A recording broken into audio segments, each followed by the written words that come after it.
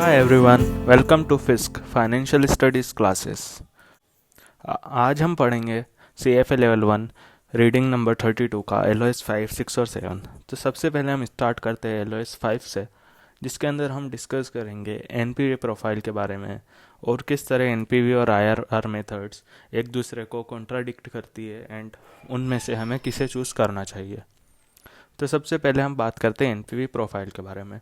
तो देखिए, NPV profile कुछ नहीं है, बेसिकली ये एक ग्राफ है एनपीवी का अलग अलग डिस्काउंट रेट पे। जैसे आप इस चार्ट में देख सकते हैं कि यहाँ डिस्काउंट रेट 0 से लेकर 30% तक है, और उस 0 से लेकर 30% तक के डिस्काउंट रेट पे क्या क्या एनपीवी आई है जो आप एक्सेल या किसी भी कैलकुलेटर से कैलकुलेट कर सकते हो। और जब आप उसको ग्राफिकली प्लॉट करेंगे तो आपको एनपीवी प्रोफाइल मिलेगा। तो अब हम बात करेंगे कि किस तरह से एक रैंकिंग कॉन्फ्लिक्ट आता है एनपीवी प्रोफाइल में दो प्रोजेक्ट्स के अंदर। तो आप जैसे कि यहाँ दो प्रोजेक्ट देख रहे हैं, पहले के कैश फ्लो है हर ईयर में 80 4 ईयर तक, और दूसरे के अंदर जो कैश फ्लो है वो है फोर्थ ईयर में 400।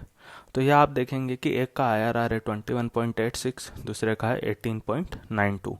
उस हिसाब से हमें 21.86 यानी जो ज़्यादा आई आर आर है वो सिलेक्ट करना चाहिए। लेकिन जब आप दूसरी तरफ देखेंगे तो आपको दिखाई देगा कि जो एन पी वी है वो 53.59 है प्रोजेक्ट ए के लिए, ज़्यादा आई आर आर वाले प्रोजेक्ट के लिए, और 73.32 है कम आई आर आर वाले प्रोजेक्ट के लिए।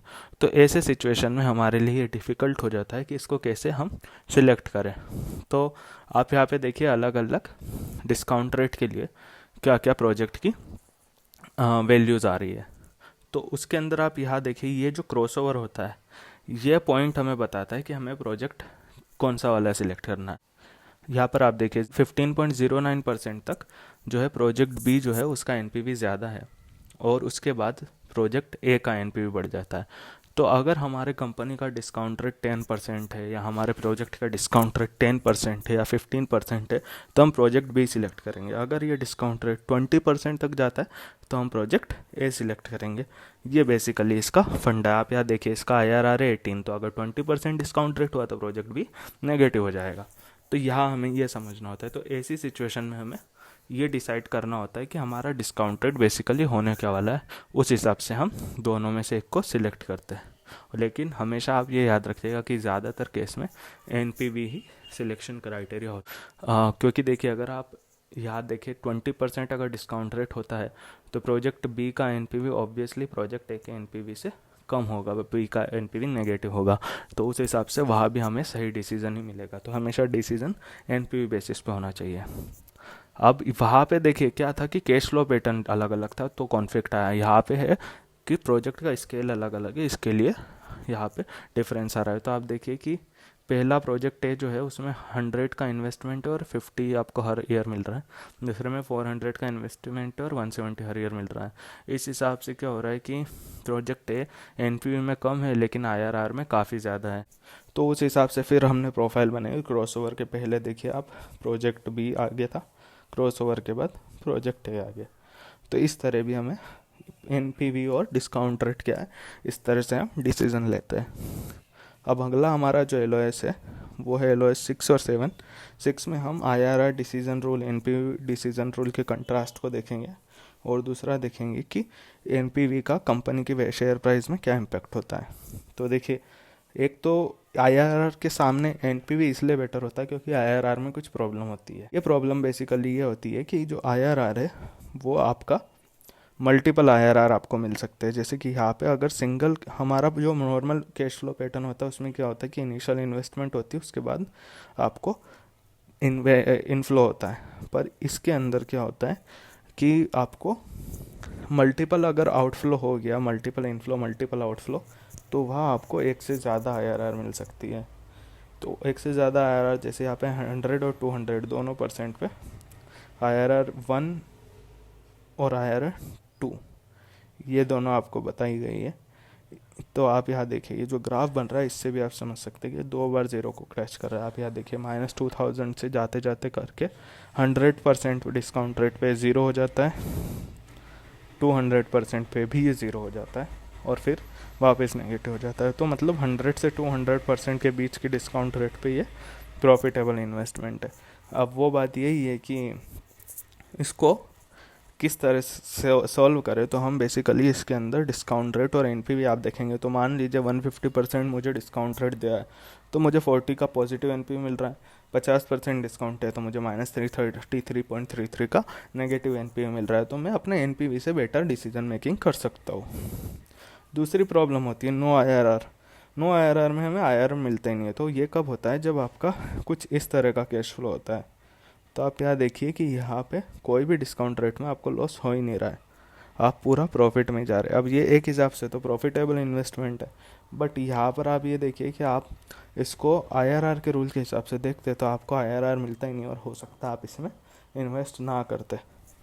तो वो चीज़ है, जैसे यहाँ पे आप समझिए कि ये जो ग्राफ बना है ज़ीरो के ऊपर, ये हो सकता है इसी तरह का ज़ीरो के नीचे भी ग्राफ बन सकता था। तो फिर उसमें हम ये नहीं सोच सकते कि नो आईआरआर में हमेशा प्रॉफिटेबल इन्वेस्टमेंट होगा, तो हम डिसीजन ले ले और प्रोजेक्ट में इन्वेस्ट कर दें। हमें एनपीवी को ही देखना चाहिए। अब हम बात करेंगे रिलेशनशिप इन एनपीवी और स्टॉक प्राइस के बारे में।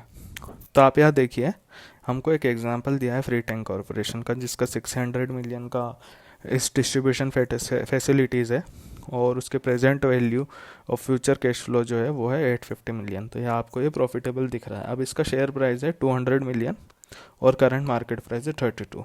यहाँ पे ये बताया गया कि ये जो प्रोजेक्ट है 600 मिलियन की फैसिलिटी लगाने पे 850 मिलियन का जो बेनिफिट है, इससे इसके शेयर प्राइस पे क्या इम्पेक्ट पड़ेगा।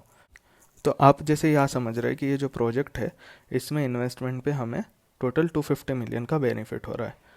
अब ये देखिए आप कि इसकी टोटल शेयर प्राइस है 6400 मिलियन, जो ऐड होने पे हो जाएगी 6650 मिलियन। तो 6650 मिलियन की फाइनल वैल्यू होगी, और शेयर प्राइस जो 32 है वो बेसिकली 33.25 हो जाएगी। तो अगर हम सिंपल बस ये इतना सिंपल होता तो ये इजीली समझ जाते कि इसका प्राइस बढ़ने वाला है, लेकिन ये इतना इजी नहीं होता है। आप ये समझिए कि मान लीजिए ये प्रोजेक्ट, मैं आपको इंडिया का एग्जांपल देता हूँ। तो इंडिया में मान लीजिए कि ऐसा कोई प्रोजेक्ट किसी को मिल रहा है डिस्ट्रीब्यूशन फैसिलिटीज़ का, तो आप सिर्फ ये नहीं देखेंगे कि इस प्रोजेक्ट का क्या इम्पेक्ट होने वाला है, एक तो आप ये भी देखेंगे कि इस प्रोजेक्ट की वजह से कोई करंट जो मार्केट शेयर है उस पर कोई, उसमें से किसी चीज़ पे कमी तो नहीं आ रही। जैसे मैंने आपको एग्जांपल दिया था स्प्लेंडर वगैरह का, तो जैसे hero passion I, hero Splendor का मार्केट थोड़ा कम हो गया, तो कैनिबलाइजेशन जैसी चीज़ें तो नहीं है। दूसरी चीज़ जैसे कि आप देखेंगे कि अडानी को अभी काफ़ी सारे पोर्ट्स मिल रहे हैं, तो अडानी पोर्ट्स के अंदर आप देखेंगे कि किसी भी नया एयरपोर्ट मिलता है तो सिर्फ उसको एक तरह से नहीं देखा जाता है, आप उसको इस तरह से देख सकते हैं कि फ्यूचर में ये जाके धीरे धीरे मोनोपोली बन रहा है एक एयरपोर्ट हैंडलिंग के अंदर। तो ये जो चीज़ें हैं उससे काफ़ी ज़्यादा शेयर प्राइस पे इम्पेक्ट पड़ता है। तो आप सिर्फ एक आइसोलेटेडली इस तरह से आप इसको सॉल्व नहीं कर सकते। इससे डेफिनेटली ये पता चल रहा है कि इसका प्राइस बढ़ना चाहिए, बट इसका मतलब ये नहीं कि ये बिल्कुल एग्जैक्ट इतना ही बढ़ेगा, क्योंकि लोग एक इन्वेस्टमेंट से, एक प्रोजेक्ट से काफ़ी दूसरी चीज़ें भी उनको लिंक करके देखते हैं। तो ये हमें समझना था रिलेशनशिप ऑफ एनपीवी और स्टॉक प्राइस में। और पूरा कैपिटल बजटिंग में से लेवल 1 के अंदर हमें इतना ही कोर्स है। अगले क्लासेस में हम दूसरी रीडिंग्स के बारे में पढ़ेंगे। तब तक के लिए thank you very much. Please इस वीडियो को लाइक, सब्सक्राइब और शेयर करें, और ज़्यादा से ज़्यादा लोगों तक पहुँचाएँ, एंड कमेंट करके हमें बताएं कि आपको ये वीडियो कैसा लगा। Thank you very much.